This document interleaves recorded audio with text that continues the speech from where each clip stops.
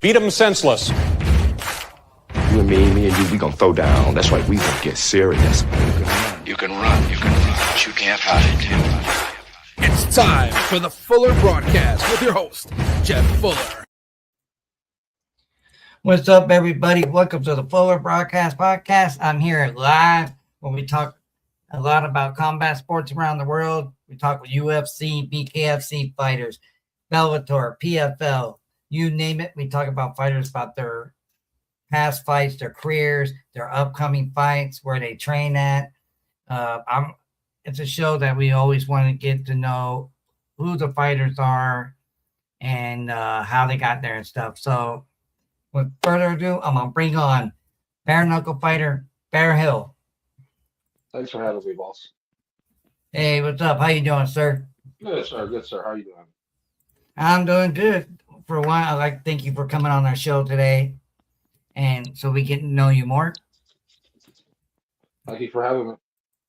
All right, so let's start off. Everybody, where you're from and where you fight out of, and how you got there. So I'm from Ardmore, Alabama. I'm from Ardmore, Alabama. I fight out of Rocket City MMA. I've been training there going on 4.5 years now. So what you do before you got into bare knuckle? I was training more or less just for mixed martial arts and MMA. I've been fighting in MMA since 2009, and I went for pro in 2023. That's good. So before we talk about your upcoming fight coming February 7th, give us the detail of where you fight out of and, who's your coach. So I'm fighting out of Rocket City MMA. Jason Sanderson is my coach. He's also the owner of CFC. It's another fighter organization we have here in Alabama. And Jason, he's the way I can describe Jason is his spirit animal is of a crackhead almost, but he's sober as a judge. That's just his type of energy, and it works well with me as a fighter because he knows how to handle me. That's good.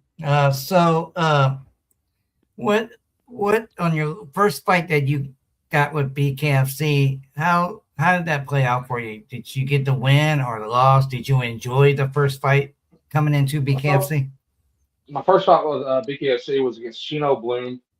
I was a little nervous going into the fight. My first time doing bare knuckle ever.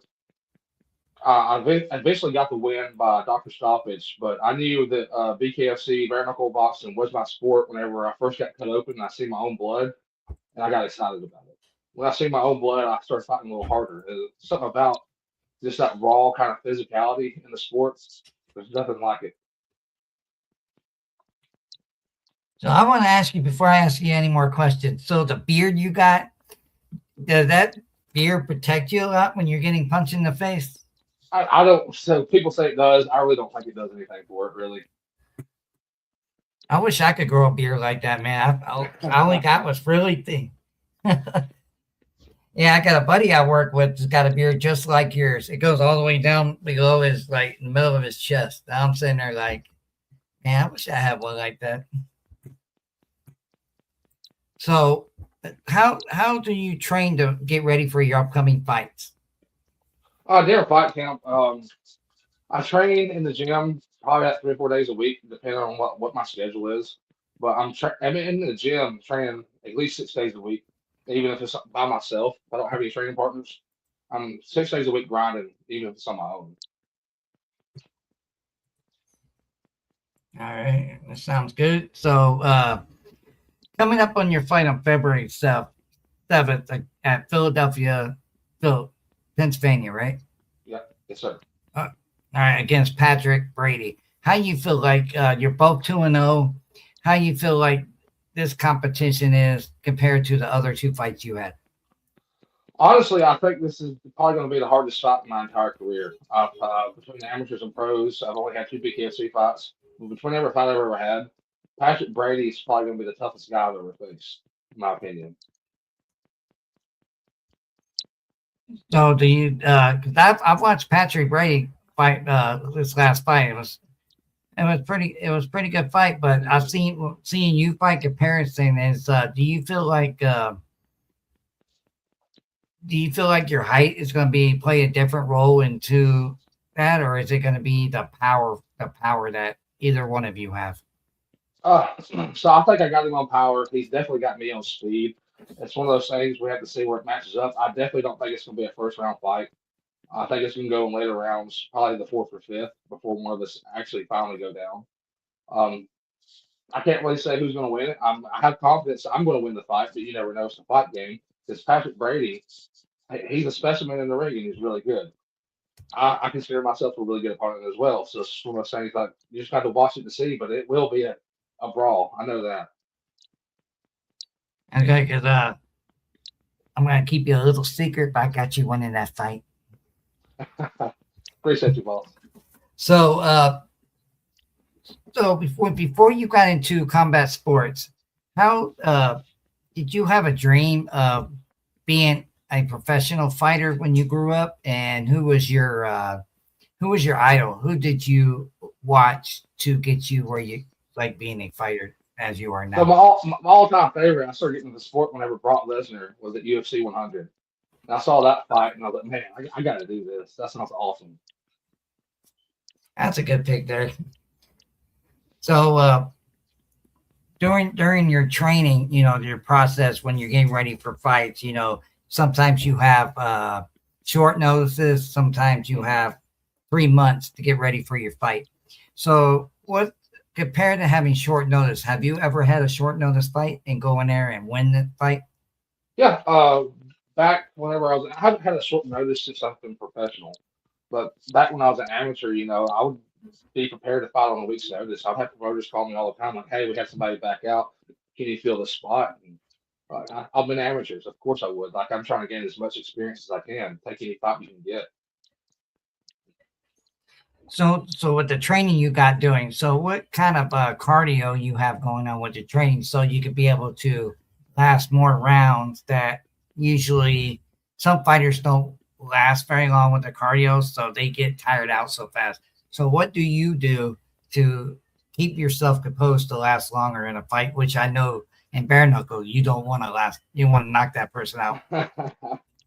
I do a lot of circuit training that kind of mimics fighting styles. I do a lot of sprints. I do a little bit of static cardio, but it's not my forte. But a lot of sprints and just a lot of circuit training to try to mimic those bursts that you're going to have in BKFC. So do you have, in your training process, do you have different bare knuckle fighters you train with, or do you just like training alone with your coaches? It's training alone with my coaches or training by myself. There's only 3 bare knuckle boxers in Alabama, and I don't live near any. I don't live near any of them, so it's kind of like out here by myself with that. So how much cardio do you do running wise? Do you run like 5-10 miles? I walk around 310 pounds, so I kind of don't do jogs. I'll get on an elliptical or something like that and kind of simulate it. But I'm just so heavy, man. That's so bad for my knees and hips. But sprints, I'll do 10 to 20, 40-yard dashes with only 30 seconds rest in between. And as a 300-pound guy, I can still run like a 5'1". It's not crazy impressive, but I think for my size, it's pretty good. So as you growing up, you said Brock Lesnar was your favorite fighter, right? Yes, sir. All right, hang on for a second. I'm gonna bring my co-host here. So there he is, right there. So how did he idolize you? Like, what made you think of him as your favorite fighter, and did it get you where you wanted to be now? In a way, it did. Just watching him fight, just the raw intensity that he was bringing to the ring, just kind of made me fall in love with the sport, and I started training at a local gym after that. And I learned that fighting in general, it's a hard sport, and you got to be kind of tough as nails to get in there. But it kind of he helped me be able to push, just kind of seeing that goal of where you can be, especially as a bigger guy. That sounds good. So right now, my co-host Zachary here, he might have a few questions for you, so we'll bring him on here right now. Yes, sir. I apologize for any inconvenience with me being late, guys. Oh, you're all good, boss man. I was I was out there in the woods and I shot a deer, and every time that I shoot a deer, I always exhaust all resources on looking for that animal before I just give up. Mm-mm. But I ended up too deep out into the woods, and I got turned around, and then my flashlight died, so I was just kind of struck, and I had walked up on the deer already. Yeah, so it was alive. So it's not a good situation. How you guys doing this afternoon? Good, boss man. Glad I'm to have you doing here. Glad to have you here. We appreciate you taking your time and coming out and interviewing with us, bud. We really appreciate that. It's So we were Sorry. just talking about his favorite fighter. He likes Brock Lesnar. yeah. So we were just talking a Is little it, bit is it about because that. of his wrestling based style, or is it because he's a fucking Viking warrior? Pretty much, yeah. When I started watching him when I was like 15, and just seeing that, I was just like, oh, kind of struck by it.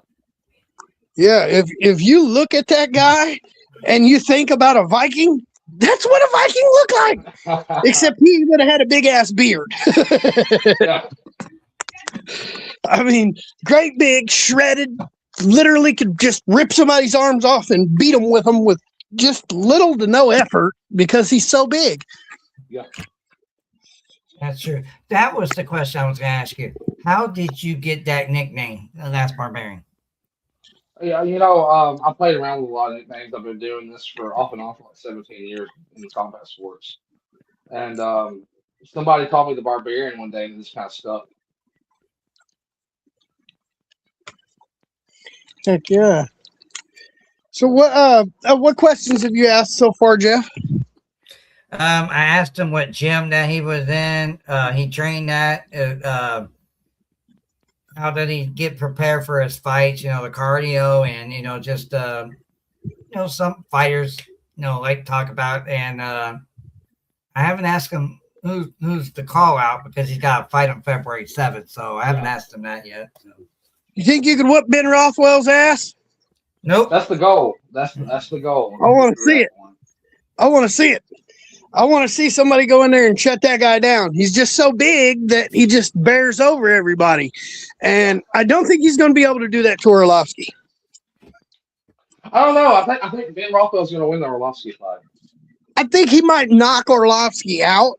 But if it comes down to it and they fight 5 rounds, I feel like Orlovsky will take over about the 3rd round and fucking start lighting him up with hammers. Yeah, Ben's going to need to win by the first 2 rounds for sure. I agree with that. Yeah, I don't see his striking being effective after, the 2nd round really, because I mean, yes, he's so big that he could catch you with one. Anybody can catch you with one in the heavyweight division.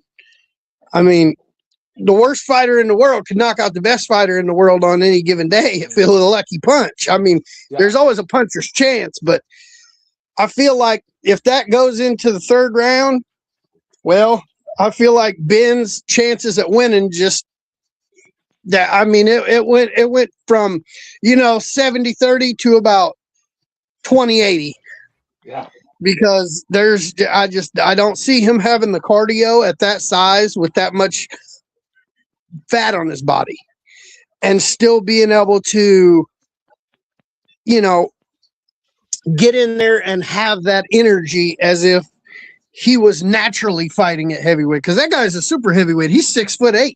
I met him in person, and I'll tell you what, there's not a lot of guys that I just stand there and look at and I'm like, God damn, that's a big boy. But he's one of those guys that you just stand there and you look at him and you're like, that some bitch is huge. I met him when he cornered James Boknovic down in St. Louis, and Ben was not in a training camp at that time. It was right after he got released from the UFC, and he was huge. He was like almost 400 pounds at that time. Oh, wow, yeah. Holy shit, bro. When I tell you that guy stood there and look, whenever you looked at that guy, you couldn't see the 2 people that was behind him. Oh, when he was 400 pounds, yeah.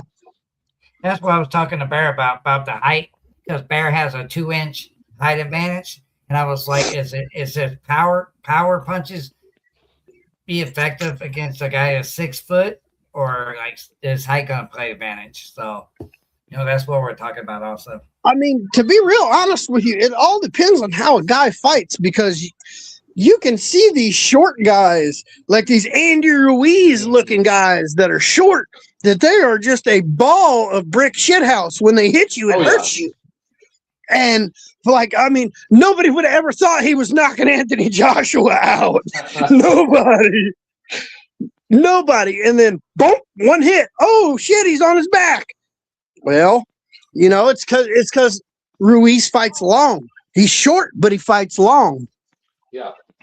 Fighting long is something that it is very, very almost impossible to teach someone to fight long, because that has to be a natural ability. You have to be able to cover that distance on your own. Coming from a fighter's perspective, it is something that, I've fought guys that are 6'3" at 170 pounds and still was able to get the job done and still touch those people repetitively, because I fight long. I don't fight short. I'm only 5'10". And when you're 6'3", 6'4", there's no reason you can't just go back like that. And then I just miss with a big old miss. But whenever you fight long, you cover that extra 6 inches of distance, 8 inches of distance, and that's a lot in a fist fight. Right. 6 inches of difference is the difference between getting punched here and getting punched through the back of your skull. Yeah. So, I know from personal experience what you can do with an extra 6 inches of punch room. And somebody your size that fights long with 6 inches extra of punch room, that really, really does some devastation. Yeah. So what is your training routine like? What is, if you're getting ready to, go out and like what you've got going on now, what is your daily routine? What are we looking at as far as your 24-hour schedule? What do we got practice wise? So the first thing I do in the morning is I stretch for an hour. Then I go on just a kind of a walk, just kind of get my day going. Then after that, I'll kind of hit some a little bit of bike cardio with like a row machine, and after that, I hit 2 hours of training at my gym. Then if I have time left after that, around 10 o'clock or so, I'm going to go do some sprints. Definitely, it sounds like you work your cardio a lot for a big fella. Oh yeah, that's what you need. Like we've seen in many fights before. A guy might be real strong and real tough for 7 or 8 punches, and then he starts sucking wind. wind. Cardio is a factor in a lot of fights. You got to have cardio. I've seen so many fighters lose because they get gassed by the second round. Yes, they'll lose because they have zero cardio. They'll go out there and then just like what happened the other night on BKFC. I can't remember the kid's name. He was out there whooping dude's ass. And then just stopped. Just stopped, flat out stopped, ran out of energy, and then just got beat up.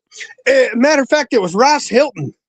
The guy was, Ross dropped him one time, but he dropped Ross like 3 or 4 times, man.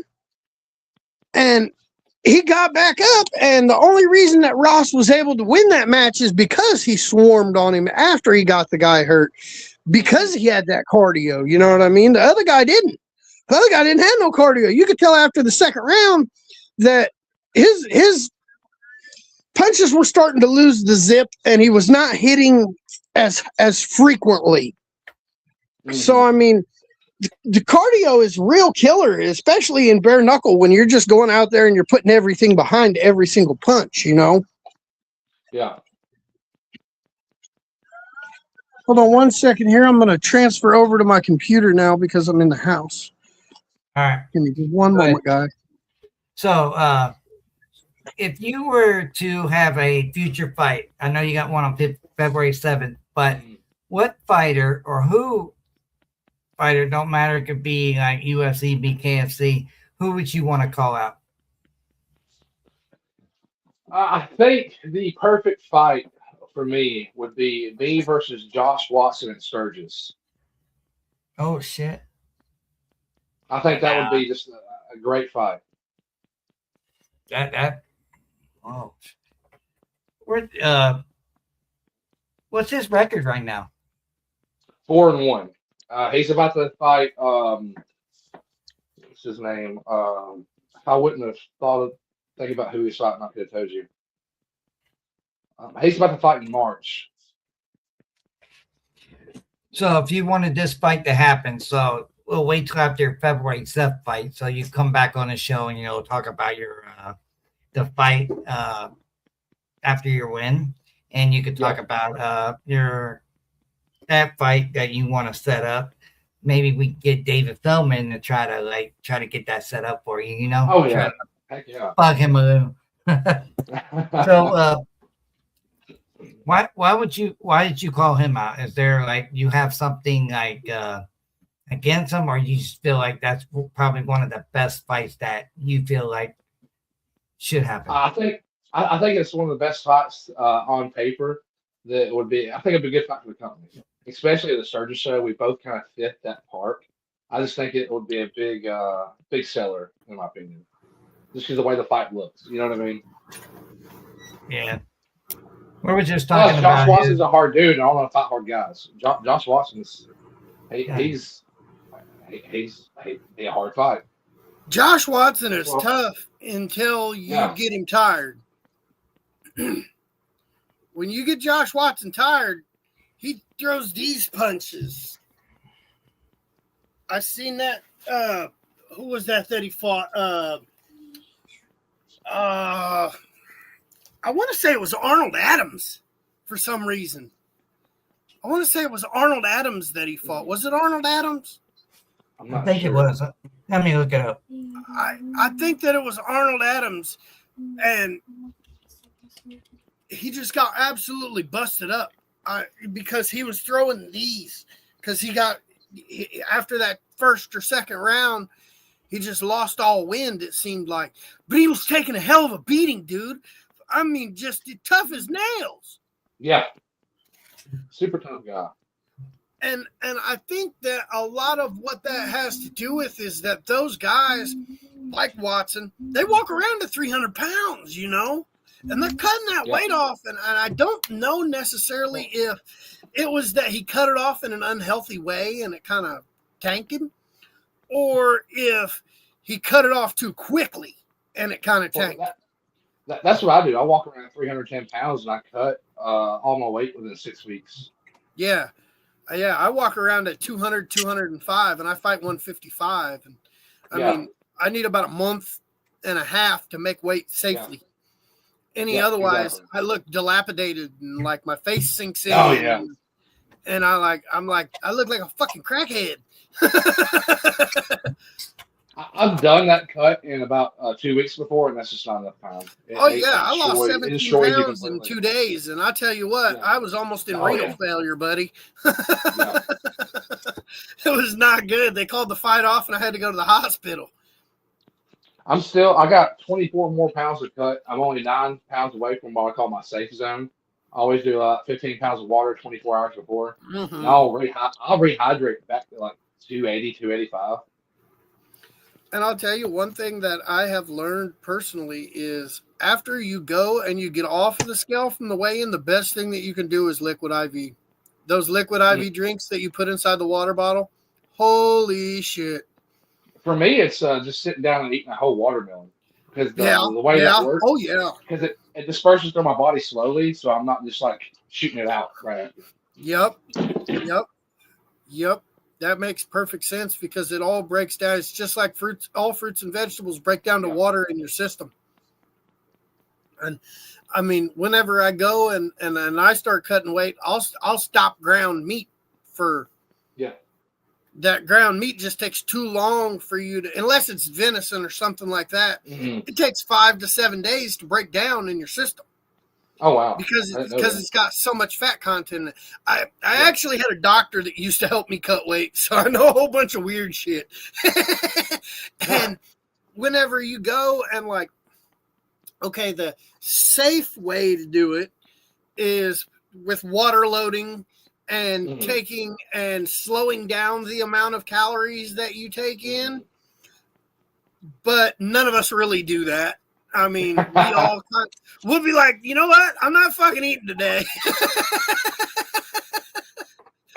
Yeah, you might eat a handful of grapes and some watermelon or cantaloupe or something like that, like a little fruit tray. But like that's it for the day, and like that's just not healthy for us. And I've come to realize that and find that out after he started helping me and explaining to me, dude, you're just tanking yourself doing this. Yes, you're still able to fight 5 rounds, but you'd be a lot more effective for those 5 rounds if you did it this way. So I started cutting the proper way. And, there was 2 times that, oddly enough, there was 2 times that I was hydration tested in fights. And one time was whenever they were just going around. They did a big thing in Missouri where they were going around to the state commissions and they were having people pee in a cup so that way they could get their hydration levels. And oh Lord, yeah. I was really not cool with that, but I was fighting at walk weight that day, so I was okay with it. But some of those guys out there, they were like, "Well, you should be dead." Yeah. Oh yeah, I can see that, definitely. Yeah. Like, you should have been dead several hours ago. I don't know how you're surviving with no water in your system. You're like 2.5% body fat, and you look like you're about to collapse on the scale. That's me right before I get on the scales. I'm just like, oh my God, I'm so thirsty. You get to doing this shit. Yeah. Oh yeah. So I've said it before. I don't get paid to fight. I get paid to make weight. That's right. We get paid to make weight, and then we go in there and have fun. Yeah, exactly. I mean, there is so many outcomes to a fight, and none of them are ever going to be the generalized exact same. I mean, I mean, for instance, if you matched up with, I don't know,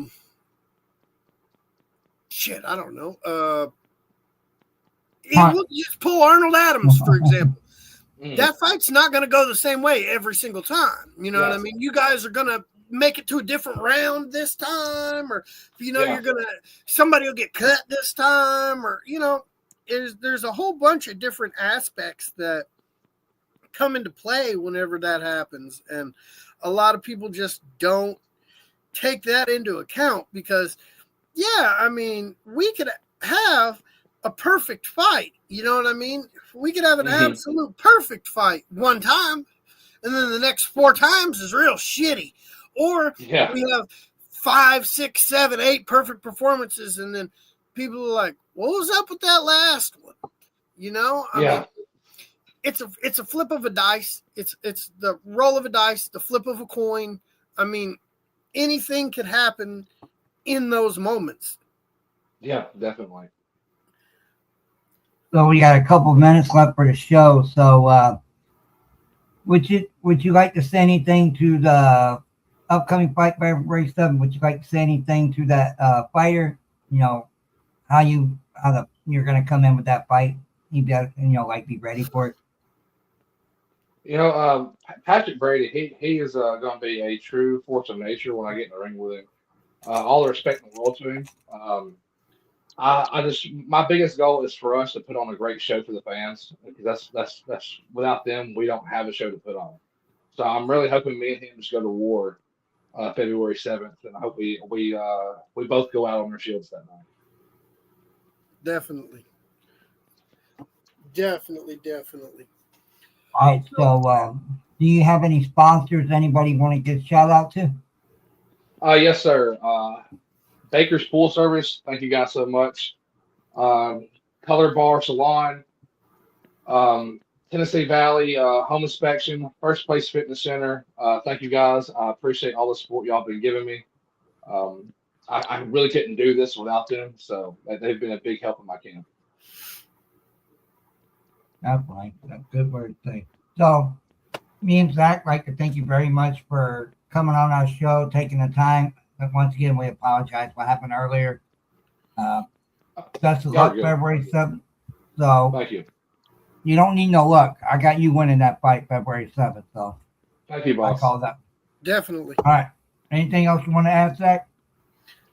Well, I was going to ask you here if you could pick one fight that you could have, you could set it up 10 months from now, 12 months from now, whatever.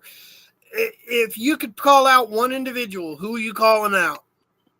He asked me that earlier. It's Josh Watson at Sturgis. Josh Watson? Okay. Yes, sir. That'd be a hell of a fight. No, it'll be a good fight. That'd be a hell of a fight. I feel like you'd out cardio Josh though, and swarm him about the mid second or third round. Because like I said, he's got some knockout power though, man. If he hits you, you're gonna know it. He does. You're gonna know He does. Yeah. He does. And I'll tell you what, if you notice, it's really the guys with the big ass backs that hit hard as fuck. I climb trees for a living, so I don't look like a 155-pound guy from the backside. I look like I'm about $185 and kind of from the backside. And well, that's because I walk around at like 200 pounds. But when I cut weight off and I do it the proper way, I still look beefy, still strong, and still able to go. You know, I mean, it's just one of those things that, like, there's always, no matter what, even if you're John Jones, there's room for improvement. Yeah. There's always room for improvement. I mean, Hoist Gracie still learns to this day, and he was at one point considered the baddest motherfucker out there. I mean, that's, you know, it's a cycle. It is a vicious cycle, actually, because those new guys come in and they know this and this and this and this and this and this and this. And then you see us right here where we're at this level where we've been for a while and we're just slowly ramping up, keep going with those guys. We're learning new shit from people who we would be teaching if they came to our gym, you know. That's one of the things I do all the time. I'll like watch other people's fights and I'll rewatch my videos just to kind of see what I could have done better right there in that moment or what I could do to try to improve my techniques that I have. Right. That makes total sense because, I mean, especially if you're watching film from your opponent, from your upcoming opponent, you could be like, all right, whenever he goes to throw that overhand, he always steps back on that foot and then plants. Well, you know, when you see him step back and start to plant, just shimmy to the side, hit him in the gut, you know? And I mean, I see a lot of them guys do that. And a lot of these guys do this roll shit like this. I really don't like that because that's, and that's what happens to a lot of those guys. You see them get hit in the chin and they go, and they're stretched out looking up because they wanted this, not fucking boxing. That glove they're pawing you with in boxing is just only slapping you. Now, when they hit you with that knuckle right here and it just goes tear, and you're like, oh, shit, he barely even touched me. I mean, it's an anything can happen sport, and that's why people love bare knuckle boxing. You see professional boxers go out there and get beat by guys who fucking couldn't throw a combination on a set of pads. And that's the honest to God's truth. You see some of these guys who look like they've never trained a day in their life, but they're meaner than fuck because they're from the streets. Well, that's one thing about it, and that's a lot of boxers that come over to bare knuckle. What works in boxing is not going to work in bare knuckle. It's a completely different sport. Go ahead and block like that. Go ahead and block like that because they're going to fucking punch you in the hand and it's going to break the top part of your hand and you're not throwing that hand no more. Well, my last opponent, he was trying to block like that all the time. The only thing I have to do is not turn my fist over no more and just go straight through. And one thing I like to do personally is if I know you're coming for my nose, I'm blocking like that, and I'm blocking with the point of my elbow, and when you punch the point of my elbow, it's going to really hurt. It's going to really hurt, and I've noticed a lot of the bare knuckle guys try to block with their elbows and not their hands. That like the guys that have 5-6 fights in there, they're in there Yeah. blocking like this effectively. They're not out there trying to do this shit, because when you get to swatting, well, I mean, we seen what happened whenever Merab Dvalishvili fought Peter Yan. He said, and he elbowed dude right in the hand, and he never threw that punch again. He never threw that punch again. I guarantee it broke his hand through the glove and all. But we appreciate you taking your time and coming out here and spending, a little bit of time with us and sharing your story and everything. We would love to have you back on as soon as you get done with that. Win, lose, or draw, we'd love to hear you come back and tell your story about how it went, man. Heck yeah. Yes, y'all have a good night. Thank you for having me on. Yes, sir. We appreciate you. Appreciate you, man. So, guys, you heard it from Bear Hill. He's talking about his future fight coming up February 7th, and to call out he's already said after that fight he wants to fight Boston. So be ready, Philadelphia, Pennsylvania, February 7th. Stay tuned and watch that fight and watch Bear Hill take it in the first round, baby. That's right. That's All right. We'll be back in about 10 minutes with Joe Elmore, guys. Have a good night, and thank you for watching this interview and podcast. Full Broadcast is out, baby.